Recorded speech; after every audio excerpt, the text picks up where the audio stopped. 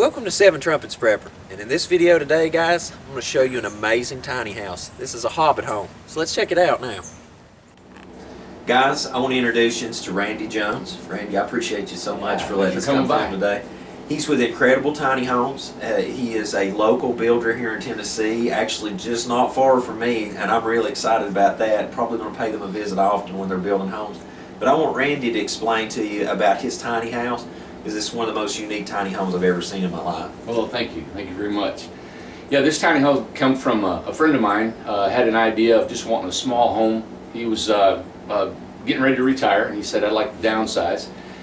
And I said, well, let me see what I can come up with. I've been looking on tiny homes, of course, like everybody else has. And I said, you know, everybody's doing kind of a similar structure. It's more of a log home, more of a gable roof, some of a shed roofs and wood interior. And he loves Hobbit. He loved the Hobbit movie. He loves the Hobbit series. And I said, you know what? The thing that separates you apart from everybody else is doing something more unique. So when you build something, you have to build something different than everybody else, so it'll sell, or so it'll be more interested. And I told him, I said, let's try to do something different. So I came up with this design. And when he seen it, he was just floored. He said, I want it to look like it was underground. And we took the Hobbit movie and we're looking at it. I'm thinking, how can I do all this, you know, stuff to make it look like a Hobbit? Of course, the round door is notorious, so we have to have that, right. You know. And then I said, well, we got to make it look, you know, earthy and all that. So mattered just putting the wood down. And I'm thinking, okay, how am I going to make round corners on the inside? How are we going to do the round eaves on the outside? And of course, these eyebrow dormers and how the roof just flows with there's no sharp edges. So it looks more underground, like a Hobbit house, I'm assuming would look, you know. Right. And of course, cost was a feature that we had to watch. We only had a certain budget to work within. And whatever his budget was, I was going to make it work. And so I just took that budget and I said, you know what, these are the materials we're going to have to make work, and this is what will come out. Like these doors here, all this is Tennessee white pine, comes out of the state of Tennessee here with us. These doors, to save some money, what we did is instead of the barn track that most people use up here, which would have been all right, but it was going to be several $100s for a barn track. Well, what I did is I took a hole saw, I drilled a hole through a piece of plywood, which left me a hole in the center. I put a bolt through it, and I made wheels underneath the doors. So now the wheels travel back and forth, you know, which gives us, saved a little bit of money, but he only had a certain budget to work within. These are just slabs from a sawmill. Everybody, you know, if you go to New York City, you're not going to find this. It's worth hundreds and hundreds of dollars. Here, this locally, I picked it up at a sawmill, take it out, haul it out of here. It's just more junk to him, you know. The boards come from salvage yards. The wood come from slabs from the sawmill. My countertops, same. We're using epoxy that you can put on top of the countertops. It keeps any debris from going in the cracks, gives it a hard finish, just like a regular Formica countertop. Of course, he put some nice amenities in it because he's a chef. So he wanted a large country sink, farm-style sink. And then, of course, you can see the washer and dryer. I told him, I said, I never see a washer and dryer in a tiny house. Yeah, that is a rarity. And we researched it and found that in Europe, this is a common thing because you wash and dry in the same unit. You don't take it out, it just completely starts with drying. We put that in there. Of course, a fridge, and there's, in a tiny house that we found after we started building, that you almost have to customize these homes for people's needs. Because he was a chef, so he had certain things he wanted. So if you have other needs, some people want a large refrigerator, we can accommodate that. If you want a drop-in oven or stove or other things. Another feature that he wanted, he did not want a loft. You always see lofts. Yeah, that's a common trend. Yeah, absolutely. And him and I were watching, I'm thinking, well, Dave, and excuse me, but you know, we're all getting older, and he has to use the restroom a few times at night, and that happens. He said, there's no way I'm going to come down a ladder or these tiny stairs to get to the restroom every night, you know.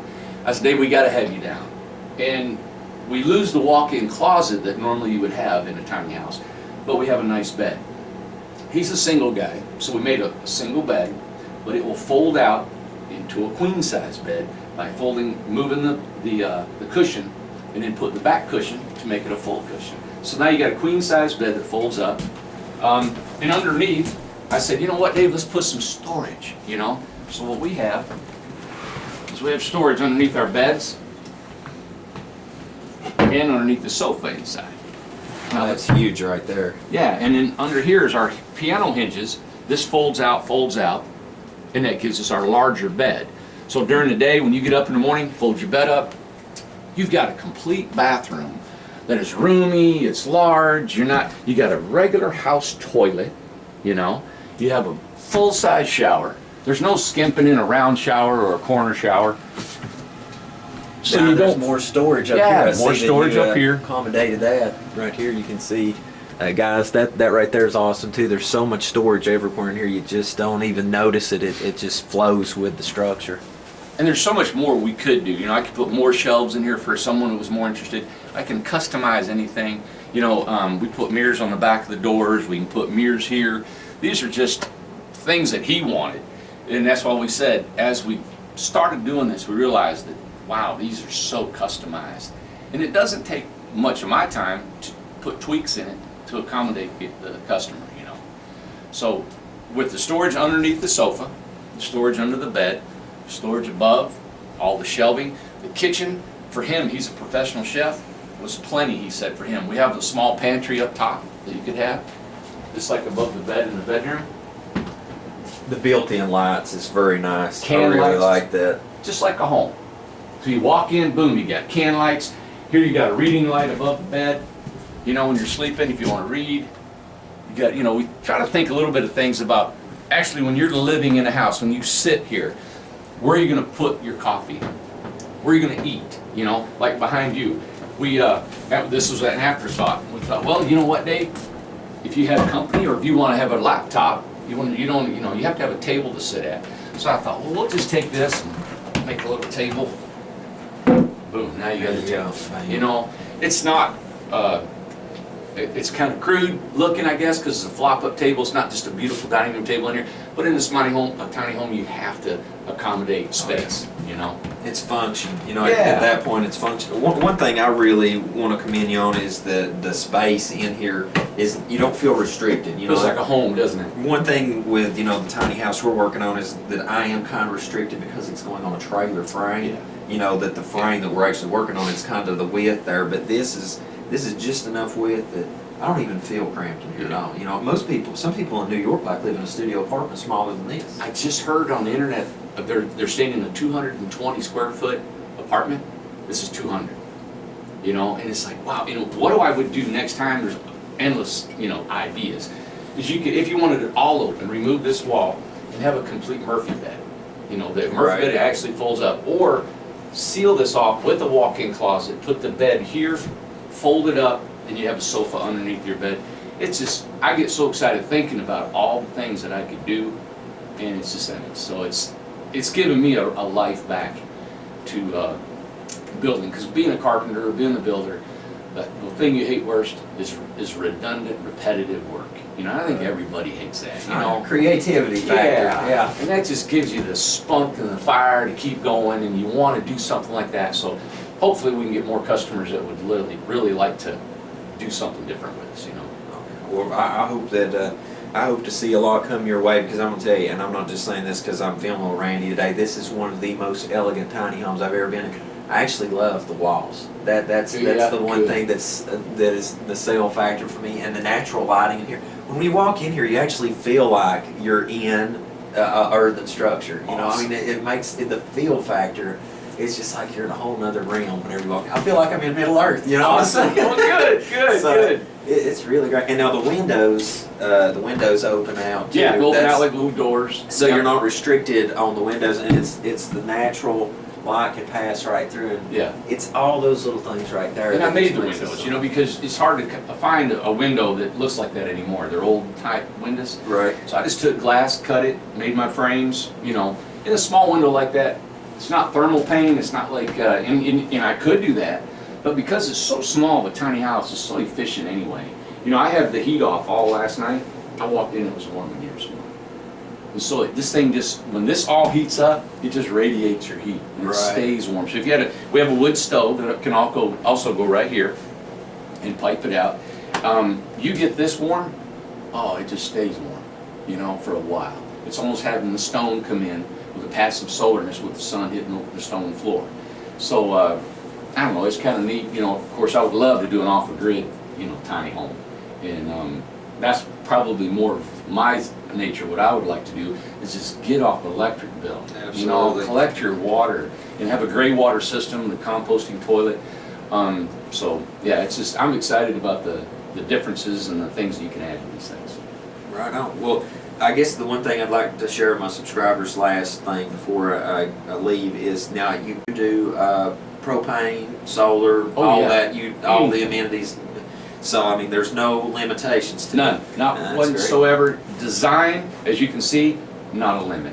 In my mind, I've got several ideas. I don't know if I'll ever get to do them. Of course, I'm always thinking and dreaming about things, but I would love to make one look like Snow White and the Seven Dwarfs on the outside. On the inside, we can still be off the grid. We can still, you don't have to look like it's come from a Mad Max film. I mean, you can have a beautiful design home and still be off the grid. Another one I wanted to do was look like a Tahitian hut, South Pacific. Very nice. With the bamboo siding and the thatch roof, and I've looked into some palm fronds and how you can do that. This roof up here, and not to change the subject, but if you do a different type of style roof, like the palm fronds or the the ivy that I have, is I've got a double layer neoprene rubber roof, and it's double layer. It's like a car inner tube, and it's completely over the entire roof and no perforations whatsoever in it. And it's all glued with contact cement on top of the building. And then we contacted cemented our ivy on there. And so if we did a palm frond, we did anything that gives it that different look, that's probably the process we've used. It's a lifetime roof. You never fool with it again. It's done. So maintenance free is a big thing. You know, and then the other thing I really wanted to do, my ultimate dream was to live on the water, is to obtain a barge that's the size, barges come from the sizes of football fields to 10 by 20. And I'd love to have a barge, and I don't know if anybody's doing this yet, but it's a massive barge. You put a home on it, and they're so heavy. They haul 75 tons of weight and don't even sink in the water. You put a planter around the perimeter of it. You can grow your herbs, your tomatoes, your trees. You can have chickens, you can have stuff. You can live on this entire barge and be self-sufficient with no payments, no taxes, can't touch you, out there. You harbor it behind an island, and I wanted to do this in the Gulf Coast. And I thought, I wonder if I could put these small homes, chain them together in a circle, put a barge in the middle, and rent them out as an income, and it'd be just a vacation destination. Oh, there you go. On the water. So, you know, them are just things that I'm always playing with. And if they ever materialize, that'd be great. So we'll see where it goes. Right on. Well, as you continue to build, we'll definitely stop in and visit with you some more and check out the awesome structures. Well, feel free to come by anytime. This is an honor that you guys took an interest in what we did. I appreciate it, Randy. So guys, I hope you enjoyed this video today. The link to Incredible Tiny Homes is in the video description below. And until we see you again here at 7 Trumpets Prepper channel, I hope you have a most blessed day in Yahushua's name.